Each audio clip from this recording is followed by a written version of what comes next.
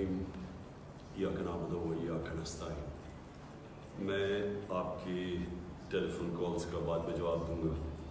سب سے پہلے میں اپنی قوم کے نوجوانوں سے کوئی 5 منٹ بات کرنا چاہتا ہوں۔ میں اس لیے اپنے نوجوانوں سے بات کرنا چاہتا ہوں کہ یہ جو اس وقت پاکستان ایک فیصلہ کن وقت پہ کھڑا ہے، اس میں آپ کے مستقبل کہ کس طرح کا پاکستان بنے گا، یہ اصل میں اس مستقبل کی جنگ ہے۔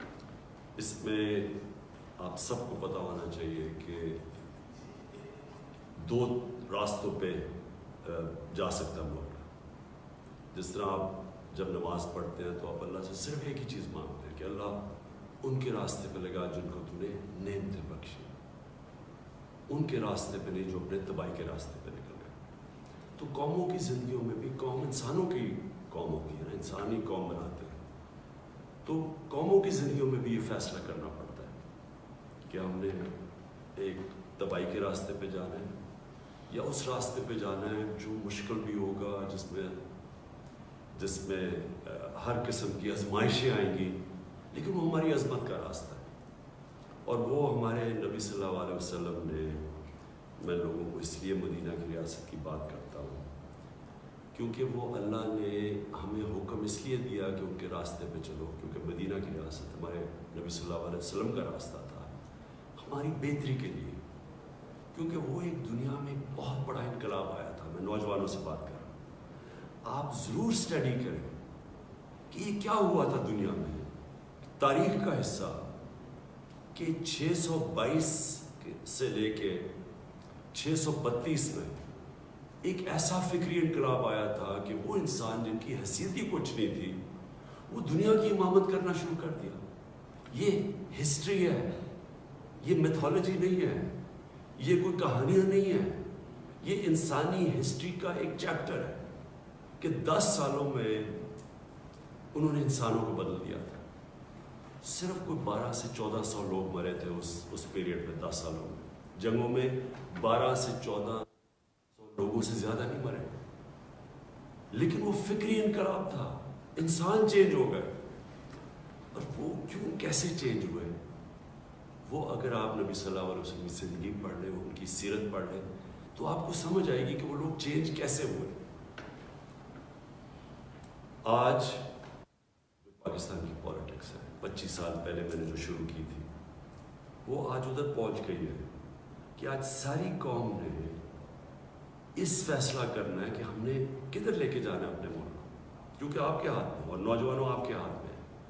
کیونکہ آپ نے، اگر آپ رائے حق پہ کھڑے ہوں گے جو اللہ کا حکم ہے، سیدھا راستہ رائے حق ہے۔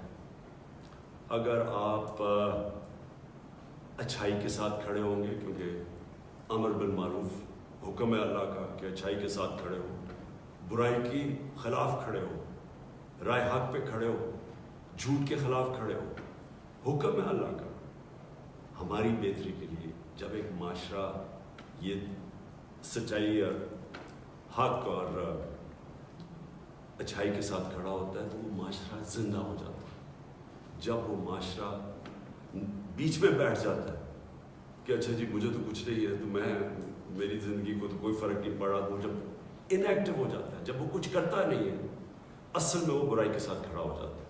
جب وہ نیوٹرل ہوتا ہے اچھائی اور برائی کے بیچ میں، وہ برائی کا ساتھ دینا شروع ہو جاتا ہے اور وہ معاشرے کی تباہی ہوتی ہے۔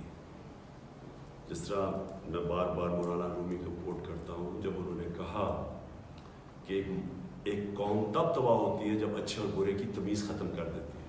وہ ختم کب کرتی ہے کہ جب وہ نیوٹرل ہو جاتی ہے، فیصلہ ہی نہیں کرتی، جب دیکھ رہی ہے کہ ایک طرف ملک کے اوپر کتنی بڑی سازش ہے، اور ثابت ہو گیا سازش کہ بکروں کی طرح نیلامی ہو رہی ہے سیاستدانوں کی، جو ملک کی لیڈرشپ، اور ان کو خریدا جا رہا ہے ایک گورنمنٹ کو گرانے کے لیے۔ باہر کی سازش، یعنی باہر سے سازش شروع ہوئی، یہاں میر جعفر اور میر صادق بیٹھے ہوئے ہیں سودا کرنے کے لیے، اپنے ذاتی مفادات کے لیے، ان کے ساتھ مل کر گورنمنٹ گرائیں۔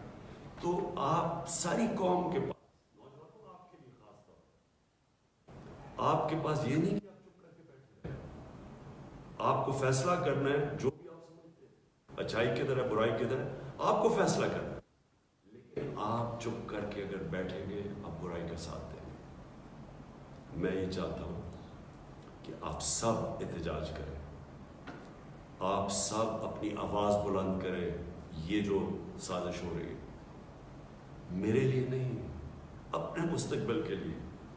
اگر یہ کامیاب ہو جاتے ہیں تو یہ کیا ہوگا؟ اس کا مطلب کہ کسی باہر کی قوت کو اگر ملک کی لیڈرشپ نہیں پسند، ملک کا پرائم منسٹر نہیں پسند، تو کیا وہ 15-20 ارب روپیہ خرچ کر کے گورنمنٹ کرا دے گا؟ ایک نیوکلیر آرم پاکستان کی لیڈرشپ چینج ہو سکتی ہے، باہر کی قوت تھوڑے پیسے دے، ان کو بکروں کی طرح خریدے ضمیر فروشوں کو، اور گورنمنٹ کرا دے۔ یہ تو آگے اس ملک کا تو کوئی مستقبل نہیں ہے، اور آپ کو میں نوجوانوں اس لیے کہہ رہا ہوں آپ کا کوئی مستقبل نہیں ہے، اس پاکستان میں تو کوئی مستقبل نہیں ہے آپ کا، اس لیے تو جو زیادہ پڑھ لکھ لیتا ہے وہ باہر چلا جاتا ہے، لیکن یہ آپ کا ملک ہے، اس کے لیے آپ کو لڑنا پڑے گا۔ اور جب میں کہتا ہوں احتجاج، یہ آپ کا حق ہے۔ میں ایک زندہ معاشرے کی بات کر رہا ہوں، برطانیہ زندہ معاشرہ، کیونکہ میں یونیورسٹی بھی وہاں گیا اور میں بڑے اچھی طرح اس معاشرے کو جانتا ہوں۔ جب انہوں نے ناجائز طریقے سے جھوٹ بول کے ویپنز آف میس ڈسٹرکشن کا نام لے کے عراق کے اوپر حملہ کیا، تو 20 لاکھ لوگ نکلے احتجاج کرنے کے لیے، پرامن احتجاج، کوئی گملہ نہیں ٹوٹا، کوئی توڑ پھوڑ نہیں، پرامن احتجاج، کیونکہ انہوں نے کہا یہ آپ غلط کر رہے ہیں، یہ برائی ہے کہ جھوٹ بول کے کسی قوم کے اوپر حملہ کرنا۔ 20 لاکھ لوگ نکلے اور میں ان کے ساتھ ہوں، اور کسی پارٹی نے نہیں ان کو نکالا، وہ خود نکلتے تھے، گاڑی سے نکلتے تھے، بس سے نکلتے تھے، اپنا انہوں نے ایک پلیک کارڈ اٹھایا ہوا تھا، اس پہ کہا کہ میں جنگ کے خلاف، اور وہ چلنا شروع کر دیتے تھے۔ زندہ قوم، یہ اللہ کا حکم ہے آپ کو، امر بالمعروف، کہ آپ اچھائی کے ساتھ کھڑے ہوں گے اور آپ اپنے مستقبل کو بچانے کے لیے کھڑے ہوں گے۔ اور پھر میں آپ کو ریپیٹ کر دوں کہ جو آپ کا احتجاج ہوگا وہ پرامن ہو، کسی قسم کا اپنے ملک کو نقصان نہ پہنچائے، یہ ہمارا ملک ہے۔ ہم جب توڑ پھوڑ کرتے ہیں ہم اپنے لوگوں کا، اپنے ملک کا نقصان پہنچاتے ہیں، لیکن پرامن احتجاج، یہ اس سے سب سے بڑا خوف ہوتا ہے اس طرح کے غداروں کو، اس طرح کے غداروں کو جب پتہ چلتا ہے، یہ سب سے بڑا، جب قوم ایک کھڑی ہو جاتی ہے سچائی کے ساتھ، حق کے ساتھ، اچھائی کے ساتھ، یہ سب سے بڑا خوف ہوتا ہے ایک معاشرے میں ان لوگوں کو، ان غداروں کو جو اپنے ضمیر کا سودا کر چکے ہوتے ہیں، اپنے ذاتی مفادات کے لیے ملک کو غلام بنا دیتے ہیں۔ اس برے صغیر کی تاریخ میں بار بار بتا چکا ہوں، میر جعفر اور میر صادق کون تھے؟ ایک نے، میر جعفر نے انگریزوں کے ساتھ مل کے ایک مسلمان جو حاکم تھا سراج الدولہ، اس کو میر جعفر نے انگریزوں کے ساتھ مل کے گرایا، اس کو فائدہ ہوا ذاتی طور پہ، اور قوم ان کی غلام ہوگی، اور جو مشکلات گزری وہ بنگال کے، اس کے بعد آپ تاریخ پڑھیں، جو لوگوں کا انہوں نے خون چوسا، اور اسی طرح ٹیپو سلطان کو گرانے والا انگریزوں کے ساتھ مل کے میر صادق تھا۔ تو کبھی تاریخ ان کو نہیں بھولی، ان غداروں کو، اور تاریخ، میں یہ چاہتا ہوں کہ تاریخ ان غداروں کو نہ بھولے۔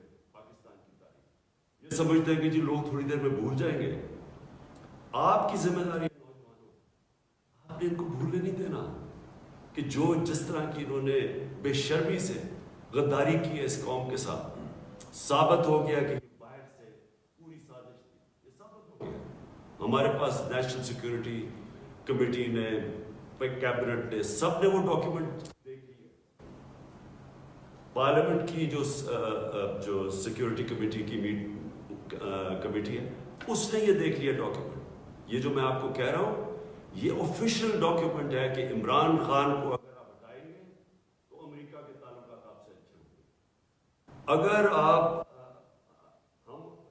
جیسے آپ عمران خان کو ہٹائیں گے آپ کو معاف کر دیں گے، جو بھی آئے گا کوئی نہیں آئے گا۔ ان کے ساتھ سازش جن کے ساتھ ہوئی، پہلے سے پتا ہے کہ عمران خان ہٹے گا تو یہ وہ شباز شریف جو ایچ کنزروائیو ہے وہ پہنچ جائے گا، جس کے اوپر وہ پہنچ جائے گا اور اس کے بعد ہم ہمارے تعلقات ٹھیک ہو جائیں گے. یعنی کہ وہ وفاداری سے ہماری غلامی کرے گا. اس نے کل ٹی وی پروگرام میں کہہ بھی دیا ہے بیگرز آر ناٹ چوزرز. اس کا کیا مطلب ہے کہ یعنی جو غریب لوگ یا جو مانگنے والے ہوتے ہیں وہ غلام ہوتے ہیں. یعنی اس نے 22 کروڑ لوگوں کو غلام بنا کے رکھا کہ پہلے سے تیار ہو گیا کہ ہم تو کیونکہ ہم بڑے غریب ہیں تو اس سے کوئی پوچھے کہ یہ غربت آئی کیسے ہے. 30 سال سے تو باریاں لے رہے ہیں تو کس نے ملک کو غریب کیا ہے اور کیونکہ ہم غریب ہیں تو ہم غلامی کریں. ان کا وہ ایک وجہ سے وہ اسٹیٹمنٹ دیتے ہیں کیونکہ پاکستان لائف سپورٹ مشین پہ ہے اس لیے ہمیں غلامی کرنی پڑے گی. لائف سپورٹ مشین پہ انہیں کس نے ڈالا ہے پاکستان میں؟ کون وہ حکومتیں 30 سال حکومت کر رہے تھے؟ یہی جو 3 اسٹوڈنٹ یہ مل کے 30 سال حکومت کر رہے تھے. تو آپ ہی نے تو ملک کو یہاں پہنچایا اور آپ کہہ رہے ہیں کہ امریکہ کی غلامی کرو. تو میں نوجوان ہوں آپ کو بات جو آخر میں کہتا ہوں اس کے بعد میں سوالات دیتا ہوں لوگوں کے کہ دیکھیں قوم میں وہ کہتے ہیں نا وہ طفل کیا کرے گا جو گھٹنوں کے بل چلے. پہلے اگر آپ گھٹنوں کے اوپر ہیں آپ نے کیا کرنا ہے؟ جو قوم کے اندر خودداری نہیں ہے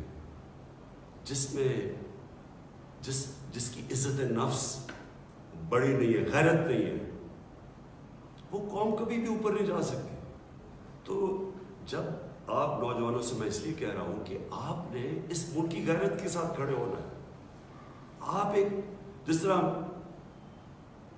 مولانا رومی نے کہا اور میں یہ یاد رکھیں اس میں فلسفہ کہ جب اللہ نے تمہیں پر دیے تو تم کیوں چونٹیوں کی طرح رینگ رہے ہو؟ اللہ نے آپ کو بڑی عظیم قوم بنایا ہے. پاکستانی جب میں اسکولوں میں تھا تو یہ سب سے تیزی سے اوپر جا رہا تھا. یہ اس طرح کے چوروں نے آ کے اس کو کھا کے اور باہر پیسہ بیچ کے اس ملک کو یہاں پہنچایا. اس میں اللہ نے کسی چیز کی کمی نہیں دی. تو جب آپ کو اللہ نے صلاحیتیں دی ہے اتنی زیادہ جدھر باہر جائیں بڑے بڑے عہدوں پہ آؤٹ اسٹینڈنگ پاکستانیز بیٹھے ہوئے ہیں جو جا کے ان کو جب ہم ایک نظام ٹھیک ملتا ہے اٹھ جاتے ہیں. یہاں ایسے زبردست پوٹینشیل ہمارا ہے تو ہم کیوں چونٹیوں کی طرح ان طرح کے لوگوں کے. جب ایک قوم کو اس طرح کے حکمران مل جائیں جن کا صرف مقصد ہو کہ اپنی چوری کرو, چوری کا پیسہ باہر بھجواؤ, باہر کا پیسہ پڑا ہو جن ملکوں کے اندر آپ کی کبھی ضرورت نہیں ہوگی کہ ادھر سے جو وہاں سے حکم آیا آپ نہ مانے کیونکہ وہ آپ کا پیسہ ضبط کر لیں گے. جس طرح آج روسیوں کے پیسے اور ان کی پراپرٹی ضبط کی جا رہی ہے اس لیے ان کو بھی ڈر ہے تو ہمیشہ ان کی غلامی کریں گے اور ساری 22 کروڑ لوگوں کو آپ کے مستقبل کو غلام بنا دیں گے. میں چاہتا ہوں کہ آج اور کل میں آپ سب کا چاہتا ہوں کہ آپ احتجاج کریں. آپ اپنے ملک کی ایک آزاد خوددار پاکستان کے لیے ایک آزاد خوددار پاکستان جس میں آپ کا مستقبل ہے اس کے لیے میں سب کو چاہتا ہوں کہ پرامن آپ سب احتجاج کریں. جی